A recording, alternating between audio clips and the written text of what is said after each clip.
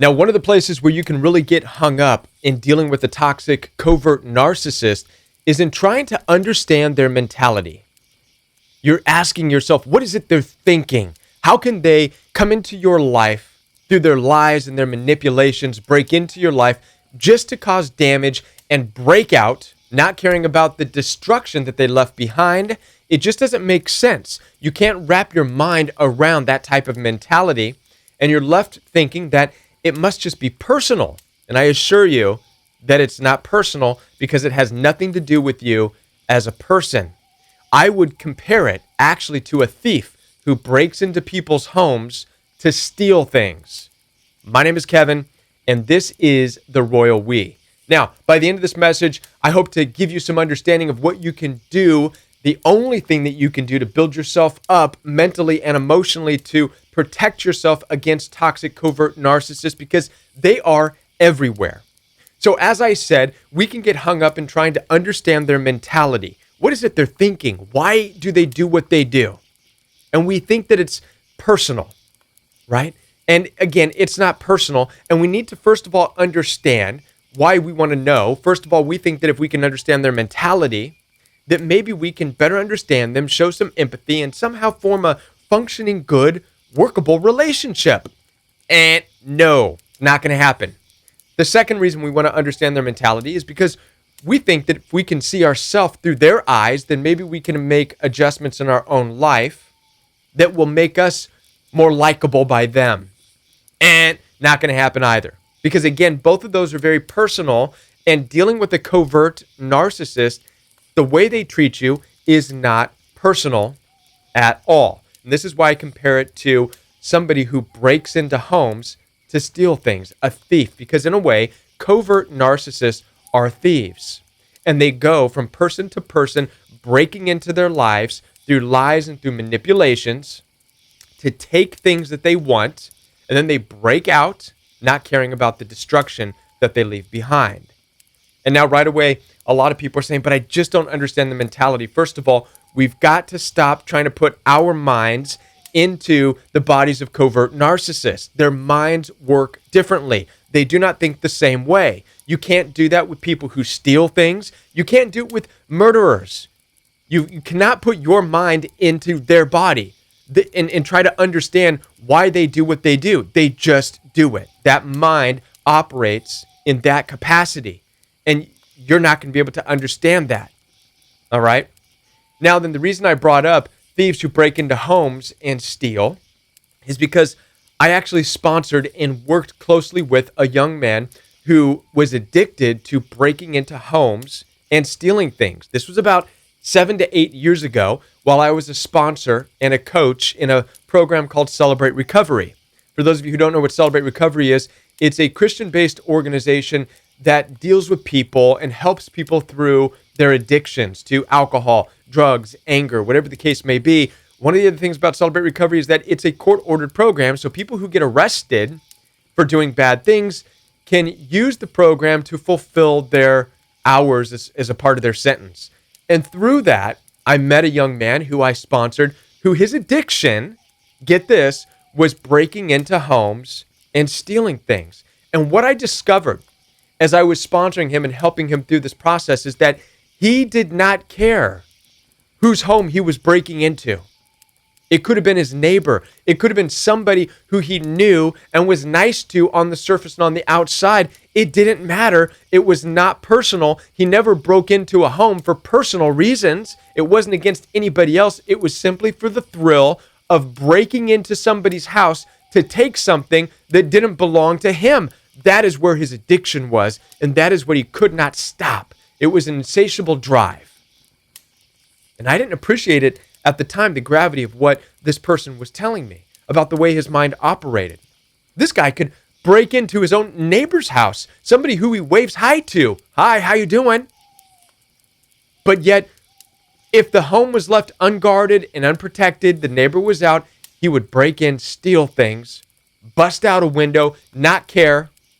The neighbors would never know. They'd file a police report, and he'd still wave hi, pretending to be a jolly neighbor. Wow, what a mindset. But understand that the mindset, again, it's not personal. It's not because he didn't like his neighbor. And he made sure that he told me this. It's not personal because I asked him this question. How do you choose who you're going to break into? And he said plain and clear, it's not personal. I just look for the home that's most vulnerable, the house that's easy to get into and easy to get out of. And I look for the basic things like when they're home, when they're not home. I don't even care what I'm stealing, what he said. I'm not even after certain things. It's just something. The thrill is going in and taking something and leaving. Why am I telling you this? Because if we're going to understand the mindset of narcissists, especially covert narcissists, we need to understand that they are breaking into your life. And it's not personal. It has nothing to do with you as a person. They don't even consider you as an individual. They're breaking into your life to take things from you that don't belong to them. That is the thrill. And it could be you, it could be another person, it could be another person. And this is why they're able to jump from relationship to relationship to relationship and not care, because it's not personal with any of them. They're not out to get you as a person. They don't even care about you as a person. They want something from you, your sex, your money, your belongings, whatever they can get in their covert narcissistic way. This is how their mind operates. So you have to stop putting your mind, which is that of love, connection, bonding, a personal one-on-one attachment and commitment. Stop trying to put that mindset into the narcissist. They don't think that way. They are simply there for the thrill of taking something that doesn't belong to them from an easy place to get it. And I know you don't like hearing that. You're like, Kevin, I don't want, are you telling me that I was easy? What I'm trying to tell you is that as the narcissist, the covert narcissist was going from person to person, they found in you a home that was unguarded. Maybe nobody was home at that time in your life, meaning you were kind of checked out. You were vulnerable. You had vulnerabilities. And this is what thieves look for. They look for vulnerable homes to get into. Maybe you left a window cracked. Maybe you had a door cracked open somewhere in your life. The narcissist spotted it was vulnerable and was able to get into your home, get into your life and take what they wanted and then get out and leave the damage and not care and wave to you from the distance. Hey, how you doing? What's going on? Oh, someone hurt you? Oh, bummer, that sucks. And you're going, what in the world? How can you do that? Because that is the thrill in their life. Their life is in that miserable place. We can go on a different topic of this, of understanding the different leagues of people. And yes, narcissists, toxic narcissists, covert narcissists operate in a different league of this life. You don't belong in that league. You're playing on the wrong field. And I'm going to do another video covering that topic. Understand, it's not personal. You can't understand the mindset because you don't have that mind. That's not who you are. You're not a thief. You can't just break into people's lives and take what you feel is yours and then damage them and leave. That's their mindset, and you're never going to understand that mindset because it's not your mindset. But what you can do is start to put up safeguards around you. Build up your home. Cover up the vulnerabilities. Because what this guy told me is that he ignores the homes that, guess what, are hard to break into or where there's a chance that he's going to get caught. This is who you and I need to be. We need to patch up the vulnerabilities, make sure we button down the hatches, so to speak, protect our perimeters, put up the boundaries, so covert narcissists do not have an entrance into our lives. This is the only way to keep them out. And this is the only way to get along and understand their mentality, is understand they exist, and you need to put up your boundaries.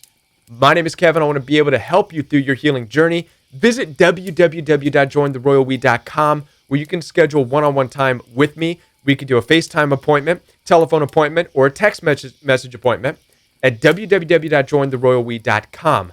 Also, every Monday night is Royal We Live Chat. This is where the community comes together. We ask questions, answer questions. You can call me for free as long as you know that it's a live show. Again, Royal We Live Chat. Find the link down below. Every Saturday morning is Royal We Fellowship. This is the all-new in-depth Bible study. We are beginning in Genesis. We're going to work our way through the entire Bible, and we are applying it to our understanding of this toxic world with covert narcissism and all kinds of evil that surrounds us. That's the reality of the world. It's unlike any other Bible study you've been a part of. Visit us at Royal We Fellowship. Again, all the links are right down below in the description box, so get on down there, and I'll be back with more videos right here on the Royal We.